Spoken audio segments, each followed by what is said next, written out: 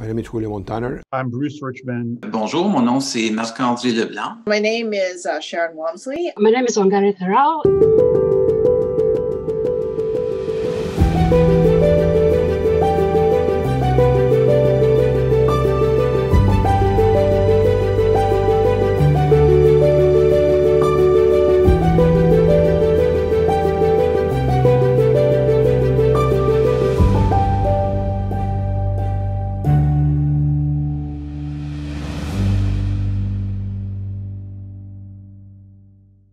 Je pense que la première fois que j'ai entendu parler de la PrEP, c'était en 2004. Donc, la prophylaxie pré-exposition était une autre façon d'offrir la protection à travers des comprimés. The so-called PrEP allows us to offer preventive therapy to individuals who are at high risk for the acquisition of HIV in a way that we can help them to protect themselves from contracting HIV infection. I think the research that has been done so far tells us that PrEP works if you take it.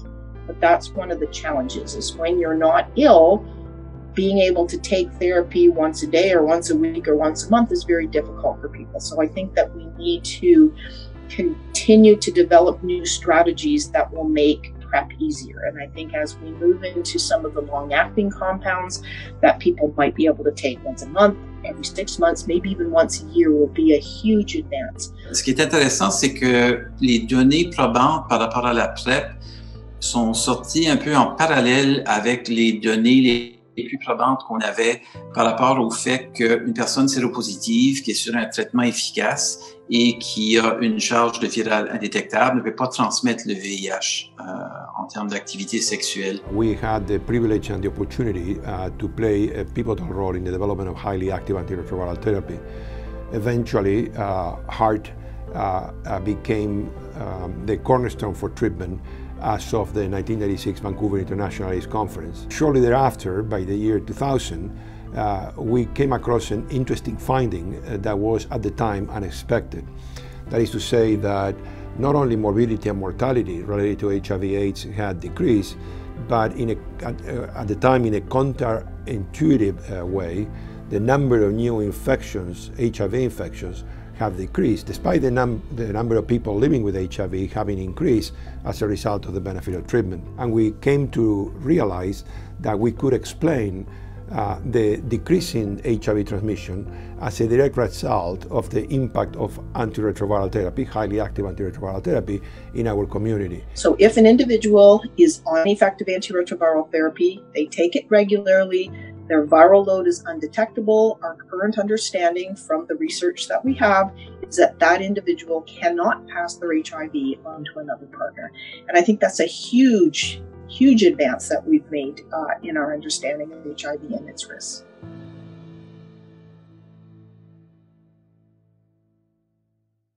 When I learned about U equals U, that medicine not only is going to keep me alive, but I also can't pass it on, that just changed everything for me. It changed my outlook on love, my relationships, and on just being able to feel like normal again. And it changed my relationship with my medication as well, because instead of seeing that pill, which I had just started taking medication, that pill every day that sort of reminded me that I have HIV, it also, it was a pill every day that keeps me healthy and prevents anyone from getting HIV from me.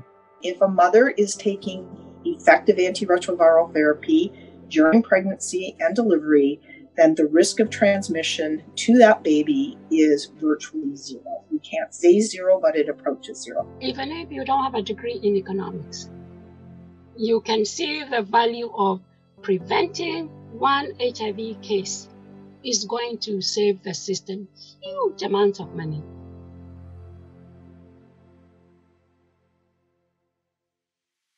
People that know their HIV status, whether it's positive or negative, are more likely to prevent further transmission to other people. I have had many people tell me, if only I knew my HIV status, I would be so careful. But So that, and you tell them, you can be as careful now that you don't know your HIV status. People would say, but I may be worrying about it and I'm already infected and I'm taking care, so what sense does it make? So tell them, go get tested and find out whether you're positive or not. So people realize that when you know your HIV status, there are a lot more benefits than just being able to access treatment, but also being able to prevent transmission to other people. What's exciting is now we have research that shows that when providers inform their patients with HIV about U equals U, their patients are more likely to report optimal adherence, virologic suppression, and treatment satisfaction. So this is really important for treatment goals. It also reduces people's anxiety about getting tested. So there's a new study that's coming out that's also showing people are more likely to get tested when they know about U equals U, because they're less afraid of HIV and the stigma is reduced about HIV. So in terms of providers, this is really important for the personal health outcomes of their patients with HIV. It's also important for public health outcomes, because the more folks who are diagnosed with HIV, are engaged in care, and are on treatment and virally suppressed, the fewer new transmissions there'll be, which gets us closer to ending the epidemic. Si les gens sont pas au courant que cet outil-là existe, on a beau avoir accès gratuitement à ce médicament-là, les gens n'y auront pas accès. Puis ça, je pense que c'est un des éléments où il y a le plus de travail à faire au Canada. But it's more difficult if you hope people will seek services they're not even aware that they actually need. We do have to ensure that when you're thinking about HIV testing for ACB people, that it should be nested within a broader HIV prevention program. And within a broader HIV prevention program, because then you would be providing people with the relevant information so that they can understand their own risk, they can understand when they need testing, how often they should get tested, but also where they should actually go and access testing. So it's to summarize that, all I can say is that early diagnosis and early testing has benefits, but it's benefits for particular people and not for others. It's not equally accessible. Those benefits are not equally accessible to everybody. So the other piece is also dealing with stigma and discrimination. And for me, working with African, Caribbean, and Black people, there is the intersection of stigma and discrimination based on HIV, but there is also the issue of racism, of homophobia, of transphobia, issues that we haven't really paid a lot of attention to. So we may think we are helping people have an improved quality of life, but we need to actually deal with those issues 30 years into the epidemic. I've worked with CATIE a lot on helping them develop their educational tools, and I think that that's really important as well, that we put things in a language and in a lay language that people can understand and try to take home the important points. When I found out that CATIE was writing a statement and was signing on, it was early January, and it was just about 6 months after we launched, so like nobody saying this in the world. It was very few people that were coming out and confirming U equals U was true. But when I heard CATIE was about to write a statement, I was so excited. And because CATIE has a reputation, not just in Canada, but in other parts of the world, as having being a very credible,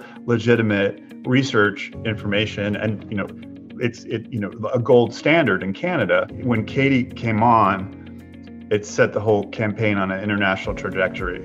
All of a sudden, other international organizations started recognizing it and paying attention, and there was just this groundswell of organizations that joined in Canada as well. So it was like, okay, well, it started in New York, in this little area, and all of a sudden it just started to blossom and grow up in Canada.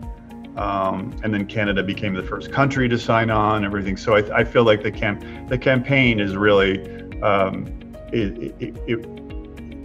there's no way it would be where it is today if it weren't for CATIE's leadership.